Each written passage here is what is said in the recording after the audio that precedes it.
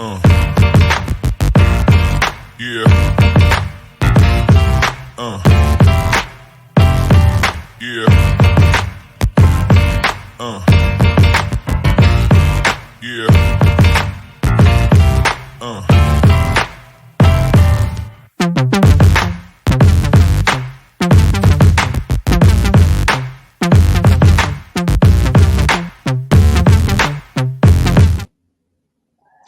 Morning, everybody. A happy 8:04 day to all listening, August 4th, 2024.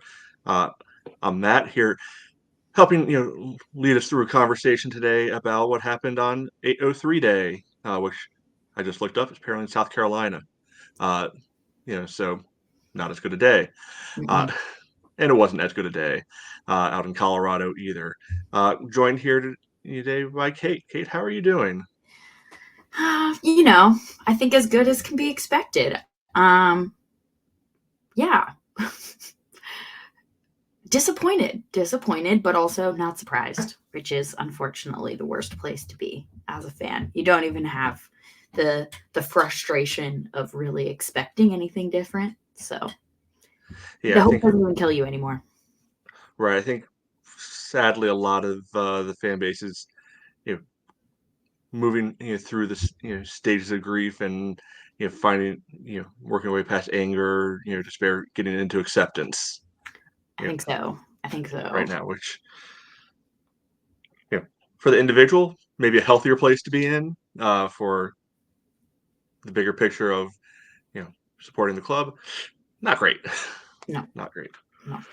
All right, well let's just get right into it. Rip the band-aid off. Kickers were out in Windsor, Colorado last night playing Hailstorm and came away with another defeat, 3-1 loss out there. Neil Vinyals with the only goal for the Kickers on the night. We'll go through how all of this happened, and wouldn't be a podcast with me and Kate if we didn't take some good. I don't even call them cheap shots, deserved shots. At anything and everything along the way. Yeah. We're So not. Yeah. let's go. Start off with you know Darren's lineup selection. For this game, you saw the I can't even call it the usual back four at this point because it's been rotating around. This time around, we had Griffin and Ani back in the middle, usual outside backs. You saw Suko and Chandler, kind of at the defensive mid slots, and then you know, Neil, Bill Hart, Emmy, and Sierkowski in the attacking positions, for lack of a better way of putting it. Kate, what are your thoughts when you see this lineup roll out? I think it's the same as it's been, which is we seem to just be changing the lineup again without a really clear sense of why, what tactical value these changes are adding, seeing as there doesn't seem to be a shred of attacking chemistry in the team.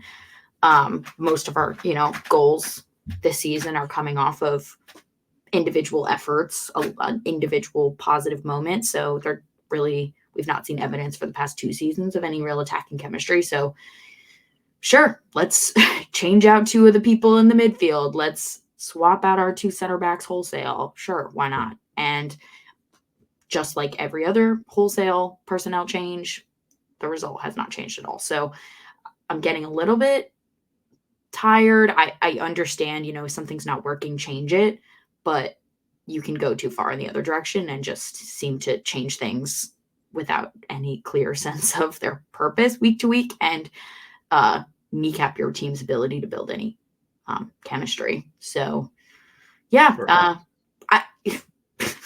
I, Yeah, I mean, yeah, I don't know. I don't know why he did that. personally, I will say I liked the idea of Suko going into the midfield spot because if there's one thing that we have talked about, quite a bit over the last few weeks, is that this team is painfully slow at times, and Suko, uh, you know, f- for all that he is, he's a runner. Like he will put in the energy. He can be able to cover some ground, and I think looking back to that first Noco game where our guys were just getting torched for pace, time and time again. I think that was a worthwhile change to make. It was kind of looking at, okay, where our deficiencies, what can we actually do to cover, and you never like to totally have to be playing against the opposition. You much rather be able to force the opposition to play against you, but sometimes there are these changes that have to be made because the personnel just isn't a good matchup.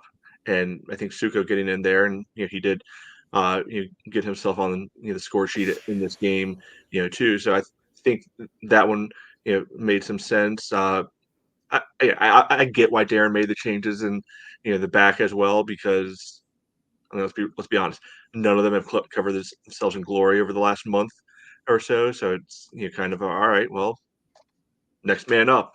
Let's see if you can do it. Spoiler alert, they didn't.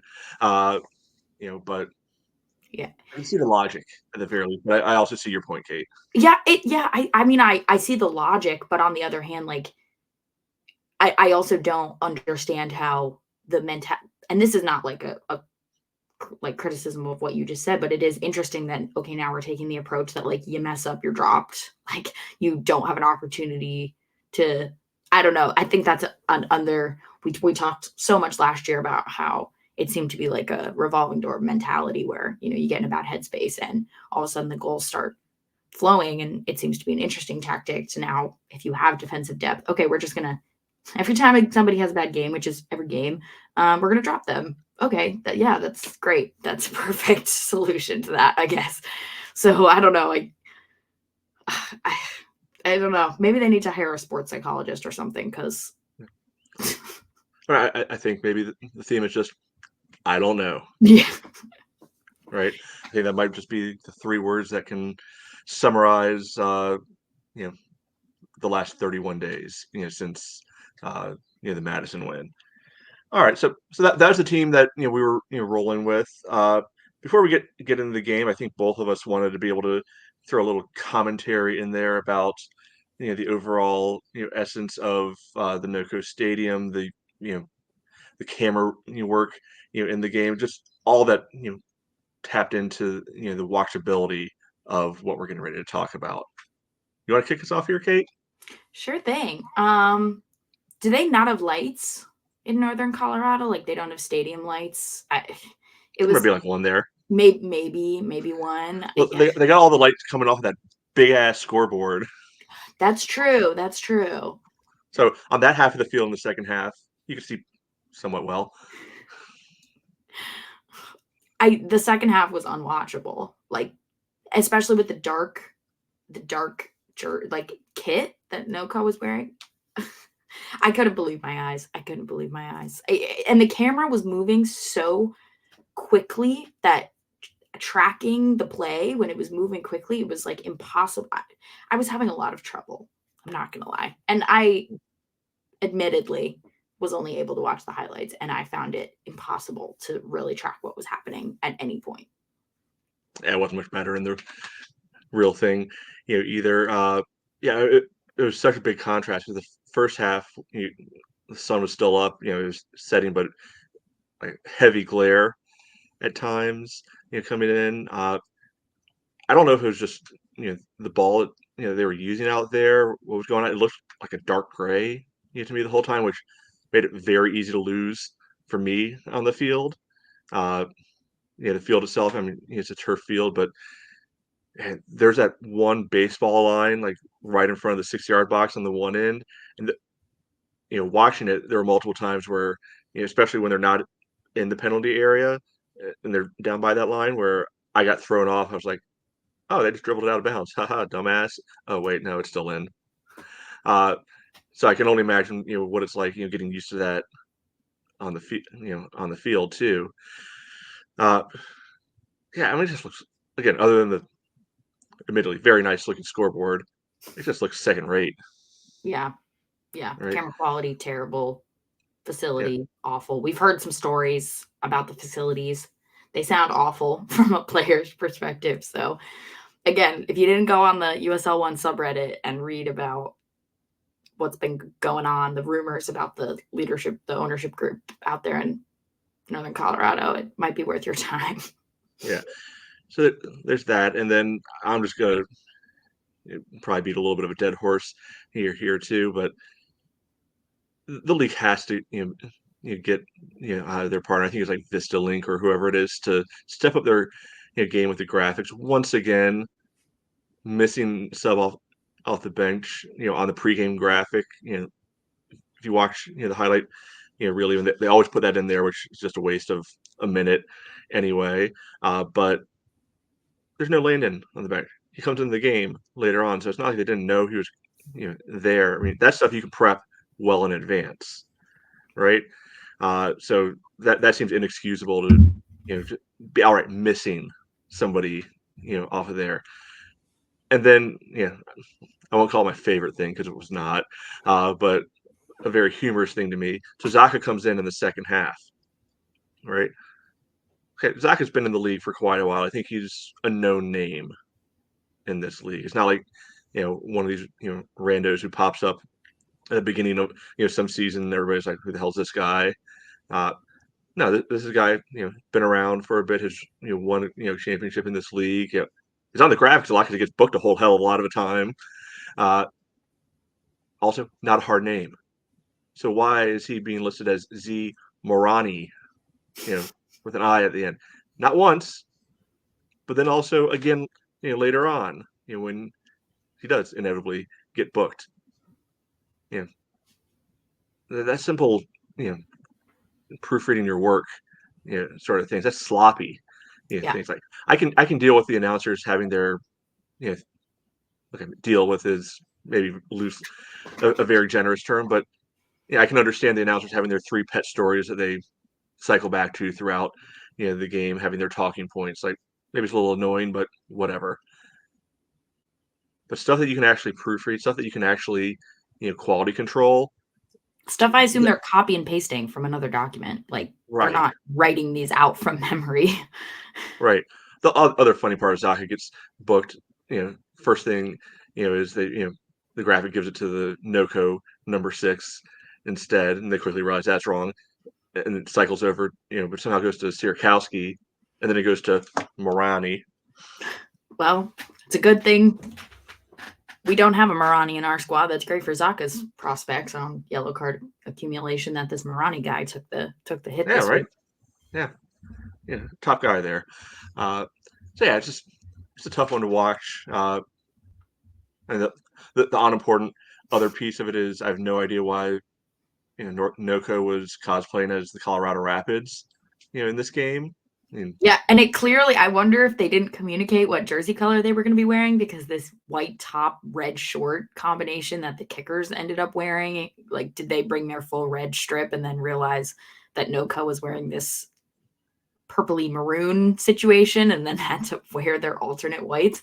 They looked, in my unfortunate, humble opinion, they looked very silly wearing that combination. Yeah, I usually like the white shirt with color short look too, and for whatever reason, this one didn't work for me. Like even in other years, we've seen the white and red, like back in the North Texas days, and it worked. But for some reason, it didn't work this time, and I cannot figure out why. For me, it didn't work. Maybe it's like because the numbers and stuff were actually maroon and not red. Not that that would like matter on this broadcast, but like the colors are definitely different in the red in the jersey and in the red that they were wearing with the shorts and the socks. So I did not look that was planned. Yeah. So like I said, that's the most minor of things, but these are the things that stick with me and bother me more so than the actual soccer, which we'll talk about now. Unless you have other miscellany that you want to go on or off about. Yeah, I think we're just delaying the inevitable. All right. Well, so for the first 30 minutes or so, it's a little bit back and forth. Noco definitely had the better of play, I thought. A few half chances here and there, but nothing too over the top. I didn't think. It was kind of a typical kickers game in that way, where okay, the typical kickers game when they're at the possession deficit, side of things, where all right, other team has the ball, they're attacking the wings, they're peppering in some crosses, but not too much, is really happening. Too much is going wrong from the Richmond perspective. It's kind of coming along. A couple shots. Neil took one that went well over the bar, from like 25 yards out. A couple times where there's some decently dangerous crosses coming in, but nobody could fully get on the end of. But again, nothing, perfectly fine. If not wasn't exciting, but fine, right? And I think fine is a good baseline to build off of, for where we are right now. Then the first goal comes, and for the life of me, I've seen this goal probably a dozen times now. I still can't figure out exactly how this happened. So I believe it is Gill for them, who seems to be a pretty exciting player based off of what I saw out of this game, and some other highlights from other games. Going up their right wing, okay, nothing too unusual, and gets the ball played, kind of a underlap to Rendon. Okay, nothing again too much going on. Ball's getting played into the box, but there's like four guys in there. It looks like we have numbers in the middle of the box. There, who was it? Wasn't Maxi because he got beaten for pace a little bit by Rendon's run. But I guess it probably would have been Ani, or Griffin, shifting over to you kind of cut out any immediate danger. We're not going in hard for a tackle because you don't want to mess around with that in the area there. But they're there. But somehow Rendon is able to hit the ball low, and it just trickles through everybody. And next thing you know, it's in the far corner. And I don't think anybody got any kind of a touch to it. Pablo's literally flat-footed right there. I didn't see any deflections. It was just weird. Yeah. It feels very, and similar to the second, I think there's similar questions where, you're wondering who's marking, who's the leader, who's like organizing, who's stepping too, because Griffin gets beat pretty easily on the turn there. But didn't was more just standing near the guy. He cuts back, Griffin's gone. So where's the organization? Who? Yeah. That's the thing on this. Like Swiss cheese. Yeah, that's the thing though. On this first goal, I didn't see anything that was obviously disorganized. That's why it's so confusing to me. How this happened. It wasn't like it was all right, cool. A laser you picked the corner out. Good on you. It wasn't like it was a obvious defensive error. It was just something that kind of happened, and we can put part of this blame back on the camera work and the angles of everything. Never really got to see a great one, but the ball just seems to get in there and the middle of it, everything, and finds its way into the goal. I don't know. Back to this. I don't know. Mm-hmm. Yeah. I think when I was watching it, I was more. It seems like I don't know, this lack of man marking in the box, and I'm not saying man, but there seems to be this default to sort of stepping off, trying to, I don't know, this lack of aggression, I guess, in the box, in marking, making the opposing offense work for every touch, and make them feel under pressure every time they get the ball in the box, because the kickers, they don't get the ball in the box ever. The other defense is typically I don't even know, put up the barest level of defensive organization, and this team cannot get the ball in the box. So the amount of highlights that we even see from this team to with the ball actually in the 18-yard box are so slim. But it feels like when other teams have the ball in the 18-yard box, they have they find a yard or two far too easily. There's just this lack of grit and aggression in terms of making the opposition work for every time they get the ball in the box, and making them really, really work for it, and play out of pressure. I don't know. That's my sort of bigger picture. And I saw that a little bit where just like it didn't feel like the other team was really having to like work for it. Like it didn't feel like the attackers were really like under a lot of pressure. They just sort of like were able to like take a quick cutback, like that, like very little. I don't even know what word I'm looking for, but just like lackadaisical also makes it seem like they don't care, but more just they're not. Someone's not there. Yeah.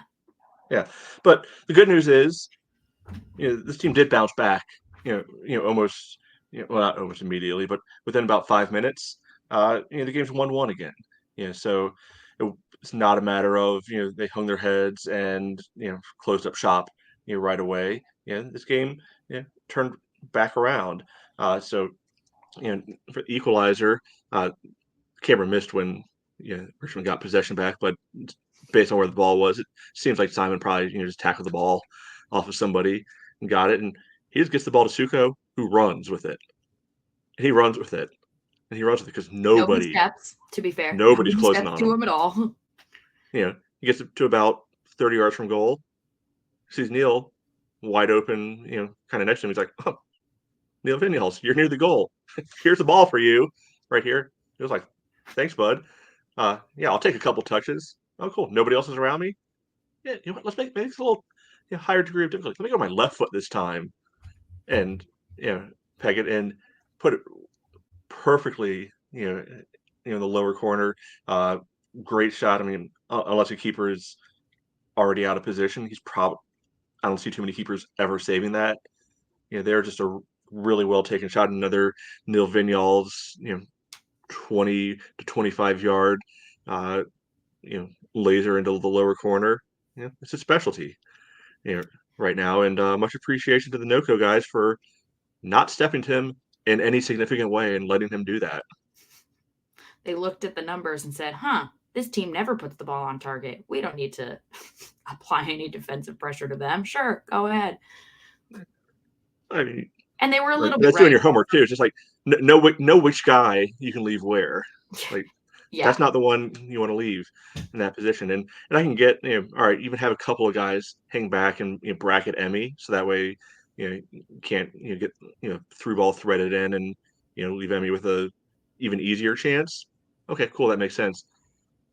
There's still at least one or two other defensive midfielders, other defenders that can be able to step up in that scenario. And I think if I'm a coach, I'll take my chances with leaving Sierakowski, to give more cover, to Vinyals. No disrespect meant to Ryan there, but Neil Vinyals is a top player in this league. You've shown you can do that time and time again. Ryan's out on the wing. I'd rather have the ball on the wing. Yeah. So. Well, the only shot on target from Richmond that half. Well, not just that half. Clinical. One shot on target, one goal. Perfect. Yeah. So really good goal. Gets the team back, to 1-1. I know Elliott, had some concerns about they didn't seem excited enough about. It definitely was a more muted celebration, but that didn't bother me at all. Also, in context, like there hasn't been much to celebrate in general, and maybe they knew that getting a goal does not equate to getting a result, so there's no need to celebrate too enthusiastically when you've only played a half. Yeah. It's a road game. It's Neil, who's a more low key guy, to begin with. Like, I don't know. I wanted to bring it up because he had mentioned it, but personally, I didn't see anything. It was not like a typical kicker celebration for sure. But also, everyone always says, well, everyone feeds off the energy of the crowd. Yeah. So they fed off the energy of the 35 people that were sitting in the stands that we couldn't see. So second half, you could absolutely hear some prepubescent girls getting some kind of chants started. So good on them. Somebody has to do it. Yeah. Legitimately good on them.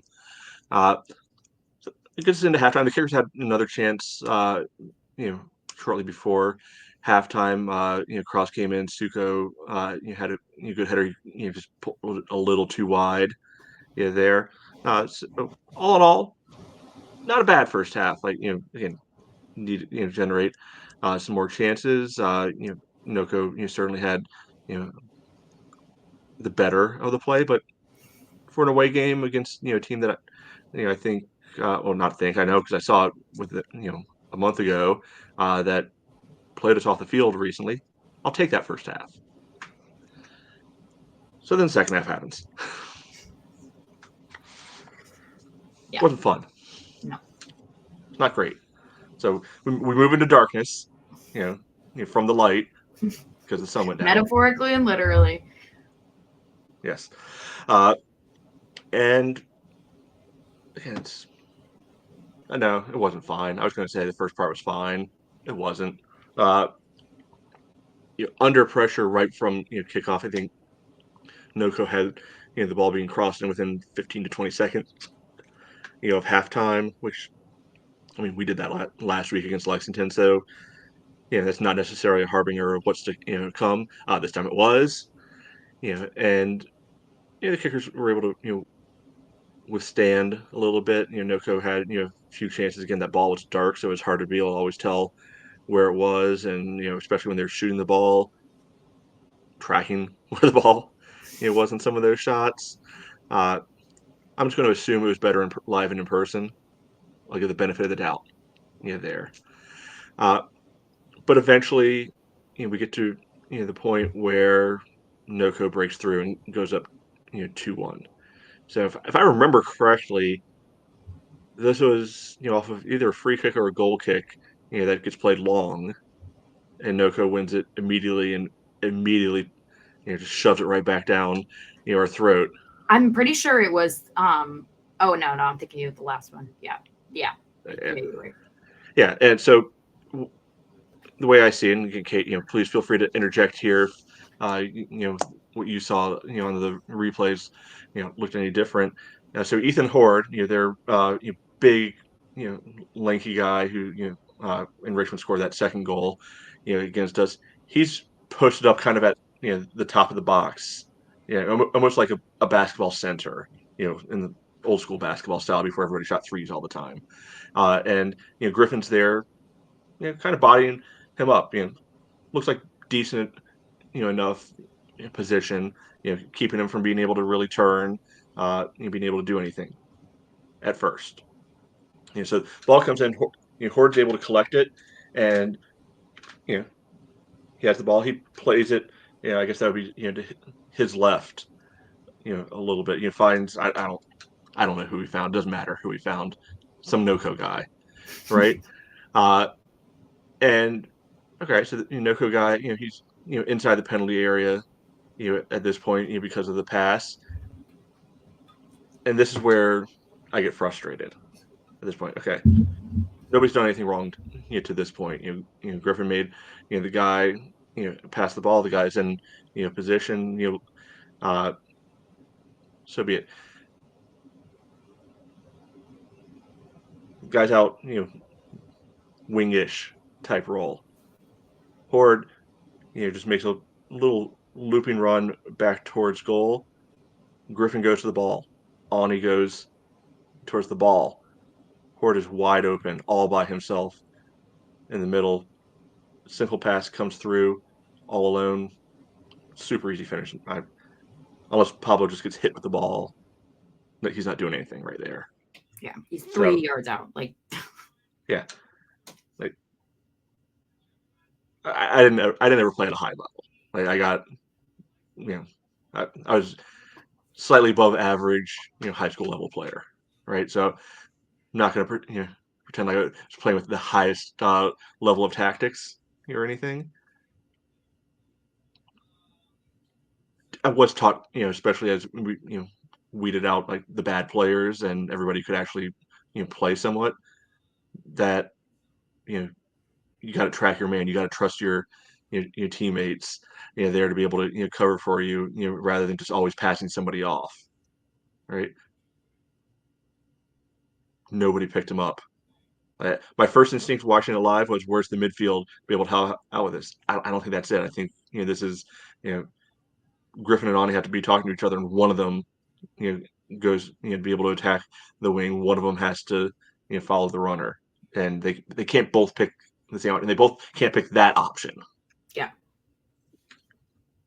Yeah, and kind of what I said before, it's just too easy. Like, and yeah, like when the ball is near the box and getting into the box, like the level of difficulty for the attacking team has to get higher. It has to be harder for them once the ball gets into the box than when the ball is anywhere else on the field. And it's frustrating to see players just week after week unmarked, no one stepping. It's not even that like it was a break and there was nobody back. Like they were there. There was just no organization. And it's not even like this team has given away like a bazillion penalties or something. And so they're like too afraid to, apply pressure on players because, we've been burned so many times by refereeing. There's no reason that it should be this easy for opposing teams in the box. Yeah, so frustrating point there, and for me, that's kind of like, oh, okay, well, not getting a point out of this game because I've trusted the team could be able to get a goal in a game. I'm not there for 2 goals in a game yet. Like it happens from time to time. Yeah. But I don't count on that coming through.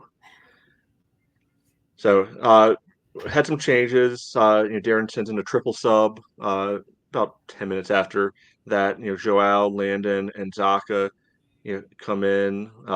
Take out who came out. At that point, Bill Hart, Suko, and Sierkowski. And Sierkowski. So it puts on anyone who's even remotely attacking based off of our bench. That could be a story for a different day of the bench balance and everything. But again, you're chasing a goal. I don't love taking off Bill Hart. Like I don't care if he's not playing well. He's somebody. What are we saving him for? Like he's a professional footballer. Let him just play the game. Yeah, like screw around with the formation a little bit. Whatever. You had later on, late in the game, had Dakota and Guy come on for Maxi and I believe Griffin. For Ani and Maxi. So I mean, your late game subs are 2 center backs coming on when you're down a goal because that's all you had left. Yep. Out there,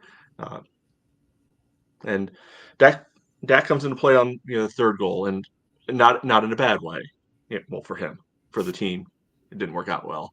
But so the team's pushing forward as they shouldn't stop. Not much is coming of it. Different point. But they're pushed forward, and Simon gets just absolutely bodied. Off the ball. Into the little dugout. Down there because again they're playing on a half baseball turf field. It's a weird setup there, but I think he literally got shouldered into the dugout. So I mean, a little funny. Ball gets cleared up. Last week we gave Dax I think some deserved stick for his defending. This week, he made sure. Okay, you're not getting past me. He has the guy wrapped up at midfield. He's probably ready to take it. Take the foul, take the yellow. Reset. And I'm thinking, okay, good, way to go, Dak. Like you're not letting this get by. The rest of the team wasn't on the same page then because Noco guy just collects the loose ball and it's 2-on-1. Not much Guy can do in that scenario.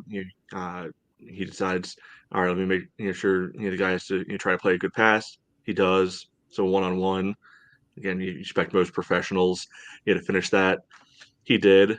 So I'm not going to blame the team for pushing forward. Like, there's no difference to me in losing 2-1 and 3-1. Like, who cares or anything?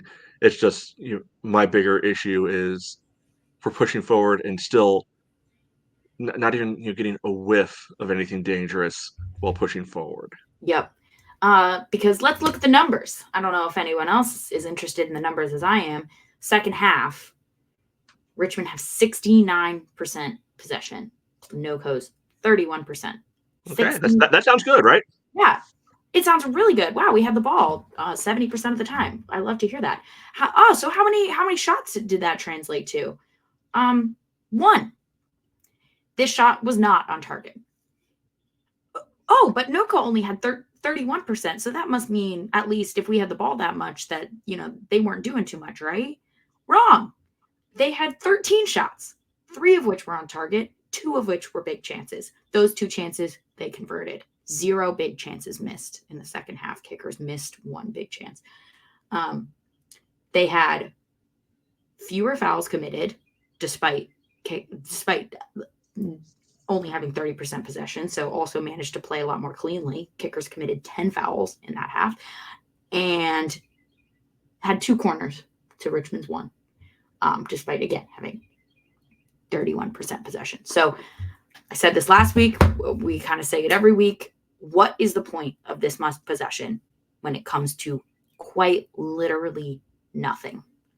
Nothing at all. The other team has 31% possession and 13 shots to our 1. So it's mind-boggling to me that it just keeps getting worse. Like some of these numbers, some of these like possession to stats numbers have been a little defensible at times. There's been, parity between the number of shots taken despite the possession numbers. So you can argue, at least, they're creating. This is indefensible. Genuinely indefensible. You cannot have 70% possession of the ball in 1 off-target shot to show for it.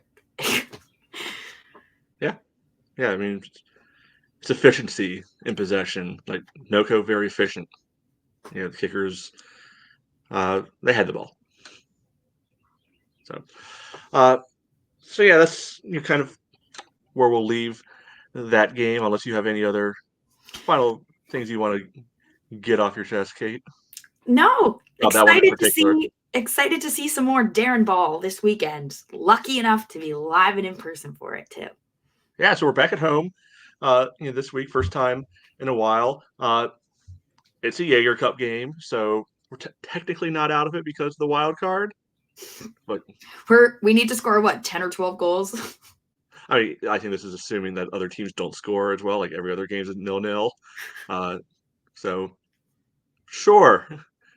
But they're playing Tormenta, a team that I think this team can actually beat. They beat them on the road. In the other Jaeger game, that was the one where Adrian had the 2 really nice goals, including that one just absolute banger from like 35 yards out.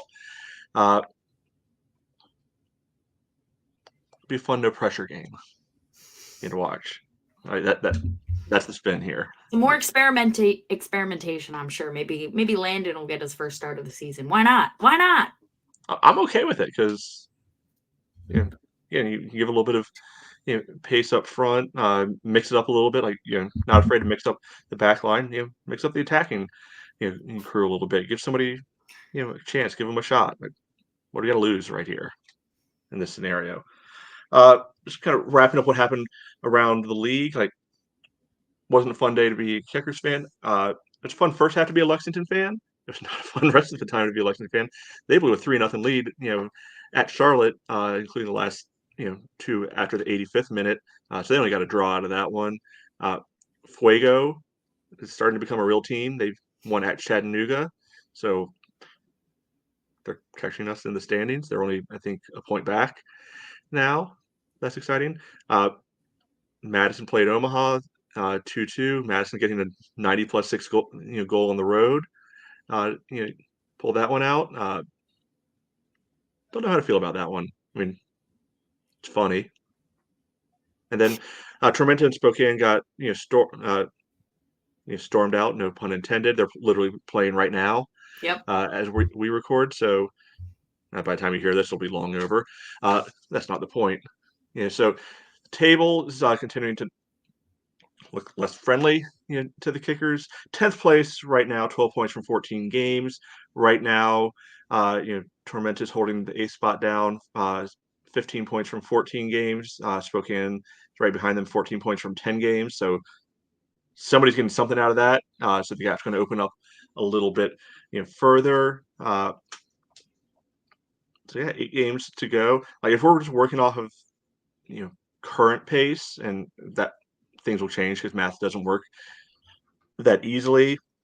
You have to look at it as, all right, 22 regular season games will probably need 23, 24 points to get in. So that would mean the kickers probably need 11 or 12 points out of their last 8 games. So we're getting close to 1.5 points per game. So that's alternating wins and losses the rest of the way. So not impossible, but the hill is getting steeper and steeper and steeper each game out. Yep. So yeah. Yeah, and based on past record, we have every hope. We have every hope this team will turn it around. I have hope. It might not be well placed hope. Might be slightly misguided. Next league game is at Greenville, and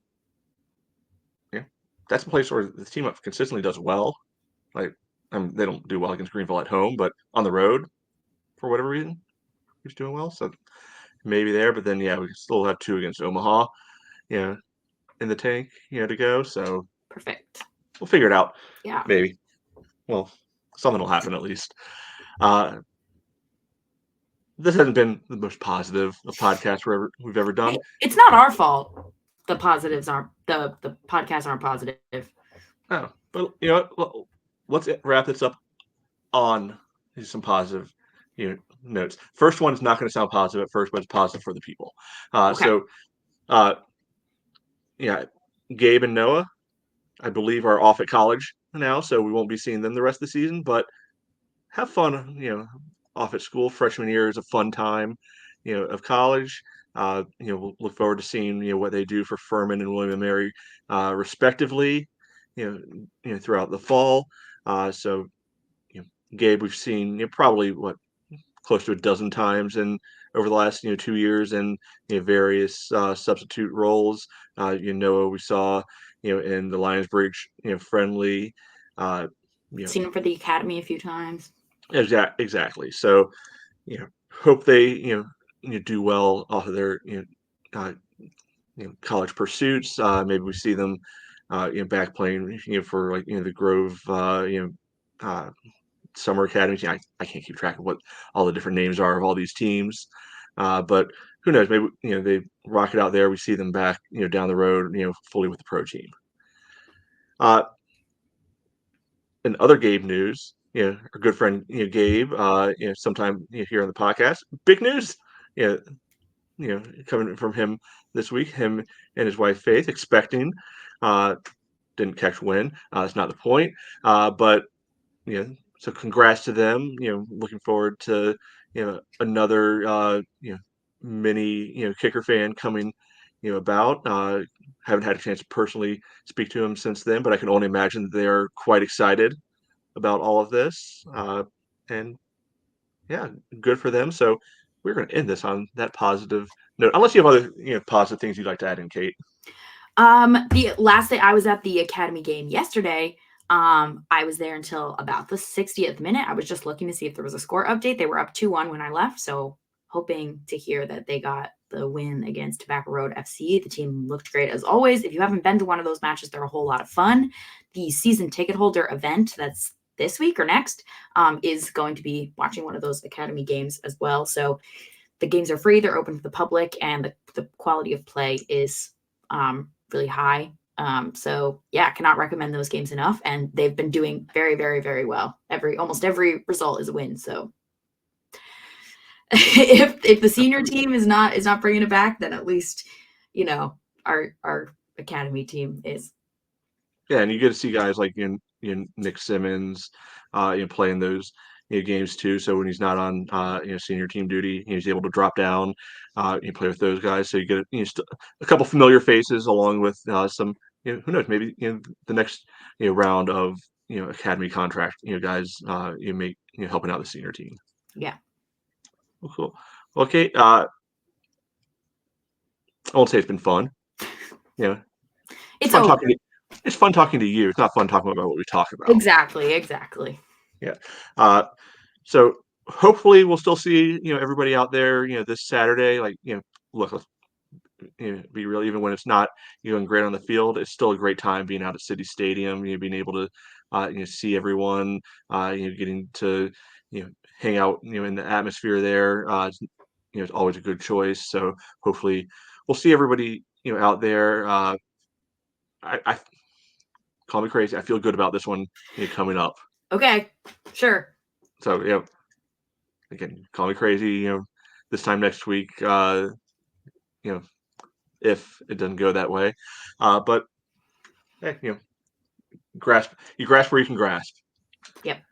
So, all right. Well, Kate, thank you for spending another Sunday morning, with us. Thank you everybody for downloading, listening, streaming, however you access this. We do appreciate it. Follow us. I think everywhere on River City, 93, and we will chat with you next week. Have a good one.